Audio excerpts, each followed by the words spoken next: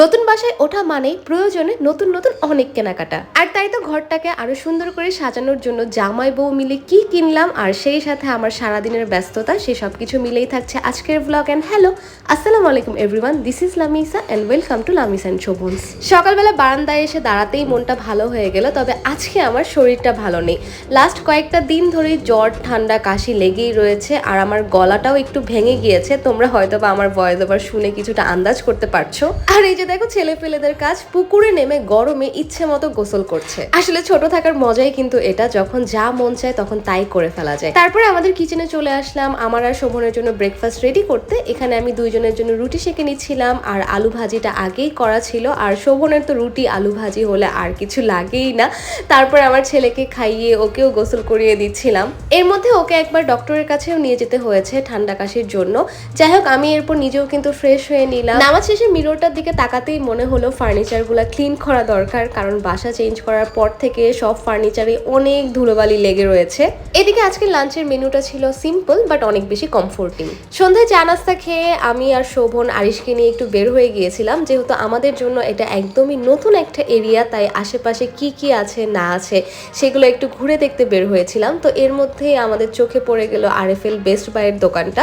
তো ভাবলাম এখান থেকে টুকটাক কিছু দরকারি জিনিস যেগুলো আমার আগেই লিস্ট করা ছিল সেগুলো কিনে নিয়ে যাই, কারণ বারবার কিন্তু ছোট বেবি নিয়ে ঘর থেকে বের হওয়াটা আমার কাছে একটু প্যারা মনে হয়। বেস্ট বাই, তারপর মিস্টার ডিআইওয়াই, এসব দোকানগুলোতে ঢুকলে না অপ্রয়োজনীয় অনেক জিনিসও কিন্তু কিনে ফেলা হয়, কারণ ছোটখাটো টুকটাক জিনিস যাই দেখি মনে হয় এগুলা বাসায় নিয়ে সাজিয়ে রাখলে বেশ ভালো হবে। আর এদিকে আমার ছেলেরও একটু ঘুম ঘুম পেয়ে গিয়েছিল, তাই আমি আর শোভন জলদি জলদি করে যা কেনাকাটার করে তাড়াতাড়ি বাসায় যাওয়ার প্ল্যান করছিলাম, কারণ বাসায় গিয়ে ওকে ঘুম পাড়িয়ে ফেলতে হবে। আর বাই দ্য ওয়ে, আরেকটা এক্সাইটিং নিউজ তোমাদের সাথে শেয়ার করি। আলহামদুলিল্লাহ, সামনে কিন্তু আরিশের প্রথম জন্মদিন হতে যাচ্ছে। তো সেই ব্লগটা কিন্তু অনেক বেশি ইন্টারেস্টিং হবে। তো তোমরা যারা যারা এখনো আমার ফেসবুকে ফলো দাওনি বা ইউটিউবে সাবস্ক্রাইব করে রাখোনি, জলদি জলদি করে ফেলো, কারণ সামনে কিন্তু আসছে অনেক অনেক ধামাকাদার ব্লগ। তো চলো এবার আমি তোমাদের সাথে শেয়ার করে ফেলি যে কি কি কেনাকাটা করলাম। আর এই যে দেখো, আমি যখনই ভিডিও করার জন্য রেডি হই আমার ছেলে সামনে চলে আসে। ও হয়তো বুঝতে পারে যে মাম্মি এখন ব্লগ রেকর্ড করবে, আমার তো মাম্মিকে এখন গিয়ে ডিস্টার্ব করতেই হবে।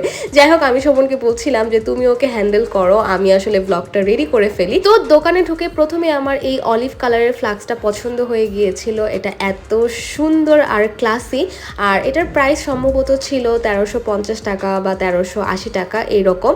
আর আমার ছেলে এই পর্যন্ত চারটা ফ্লাক্স সে ভেঙেছে, তাই আমি চিন্তা করেছি এটা একদম ওর হাতের নাগালের বাইরে রাখবো, মানে এটা রুমেই রাখা যাবে না, একদম আমার কিচেনে নিয়ে রেখে দিব। যেহেতু আমার ছেলে এখন পুরোপুরি ফর্মুলা ফেড বেবি আর গলা ব্যথার কারণে আমাকে প্রায় গরম পানি করে খেতে হয়, তাই ফ্লাক্স তো আমার এখন নিত্যদিনের সঙ্গী। এদিকে আমি কিচেন আর ওয়াশরুমের জন্য টুকটাক কিছু কেনাকাটা করেছিলাম। বললাম না, এসব দোকানে গিয়ে সুন্দর যাই দেখি তাই কিনে ফেলতে মন চায়। তবে আলহামদুলিল্লাহ এই সব কিছু কিন্তু আমি আমার নিজের টাকাতেই কিনেছি, আর যেটা আমি ফেসবুক থেকে ইনকাম করি সেই টাকাগুলো দিয়ে নিজের মন মতো কেনাকাটা করার মধ্যে কিন্তু আলাদা একটা আনন্দ আছে। আর আমাদের বেডরুমের জন্য একটা ট্র্যাশ ক্যান দরকার ছিল, তো এই ট্র্যাশ ক্যানটাই শোভন পছন্দ করে নিয়ে এসেছে। তবে এটা রাখার পর থেকে আমার ছেলে এটার পিছনেই পড়ে আছে, না আমি এখানে কোনো ময়লা ফেলতে পারছি না কোনো কাজে লাগাতে পারছি। সেই সাথে আমার কফি কর্নারটা সাজানোর জন্য আমি কিন্তু বেশ কিছু কফি, টি ব্যাগ, দুধ, চিনি, চা পাতা সবকিছুই নিয়ে এসেছিলাম। আর আমার হাজবেন্ড এখানে আমাকে একটা জিনিস গিফট করেছে, সেটা হচ্ছে এই কফি ব্লেন্ডারটা।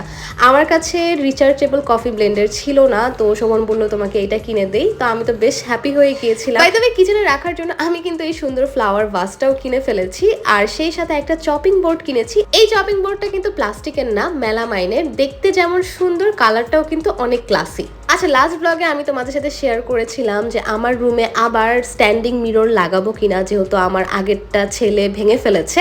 তো অনেক আপুই আমাকে সাজেশন দিয়েছে যে আর স্ট্যান্ডিং মিরর বসানোর দরকার নেই, যেহেতু আমার ছেলে এখন অনেক ছোট, মাত্র গুটি গুটি পায়ে হাঁটা শুরু করেছে, তাই স্ট্যান্ডিং মিরর কেনার প্ল্যান আপাতত বাদ। তবে হ্যাঁ, ফাঁকা জায়গাতে আমি আর্টিফিশিয়াল প্ল্যান্ট রাখার সিদ্ধান্ত নিয়েছি। আচ্ছা যাই হোক, এরপরে কিন্তু আমি কিচেনে এসে আমার সেই কফি কর্নারে কাচের জারগুলাতে instant coffee, instant instant milk tea এর স্যাশেগুলো রেখে দিচ্ছিলাম। প্রথমে ভেবেছিলাম আলাদা করে কফির জার কিনে নিব, তবে শোভন বলছিল কফির জার কিনলে এই বয়ামগুলাতে তুমি কি রাখবে।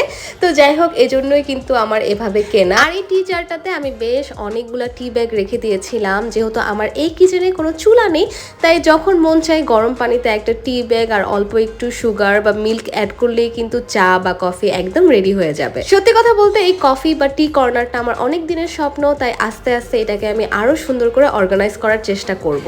আমার এই কিচেন থেকে এত সুন্দর ভিউ দেখা যায়, আর সেই সাথে ফ্রেশ আর ঠান্ডা বাতাস আসে যে এখানে কয়েক মিনিট দাঁড়িয়ে থাকলে যে কারো মন ভালো হতে বাধ্য। এদিকে এখন যেহেতু আমাদের বাসা অনেক বেশি খোলামেলা আর অনেক আলো বাতাস আসে, তাই সকাল সকালে কিন্তু আরিশ ঘুম থেকে উঠে যায়। তাই ওর কথা চিন্তা করে আরিশের নানু মানে আমার আম্মু এই ডাবল লেয়ারের পর্দাগুলো আমার রুমের জন্য পাঠিয়ে দিয়েছে। পর্দাগুলো কেমন হয়েছে সেটা কিন্তু অবশ্যই কমেন্ট করে জানিও। আর এই পর্দার কালারের সাথে ম্যাচিং করে বেড কাভারও কিন্তু আম্মু কিনে পাঠিয়ে দিয়েছে। আমার কাছে সবগুলা জিনিসই অনেক বেশি পছন্দ হয়েছে। ইনশাল্লাহ আমি যখন রুমে সাজাবো তখন আবার ভিডিও করে দেখাবো। সো আজকের মতো ব্লগ এই পর্যন্ত, কেমন লেগেছে জানিও। Thanks for watching, tata bye bye, Allah Hafiz.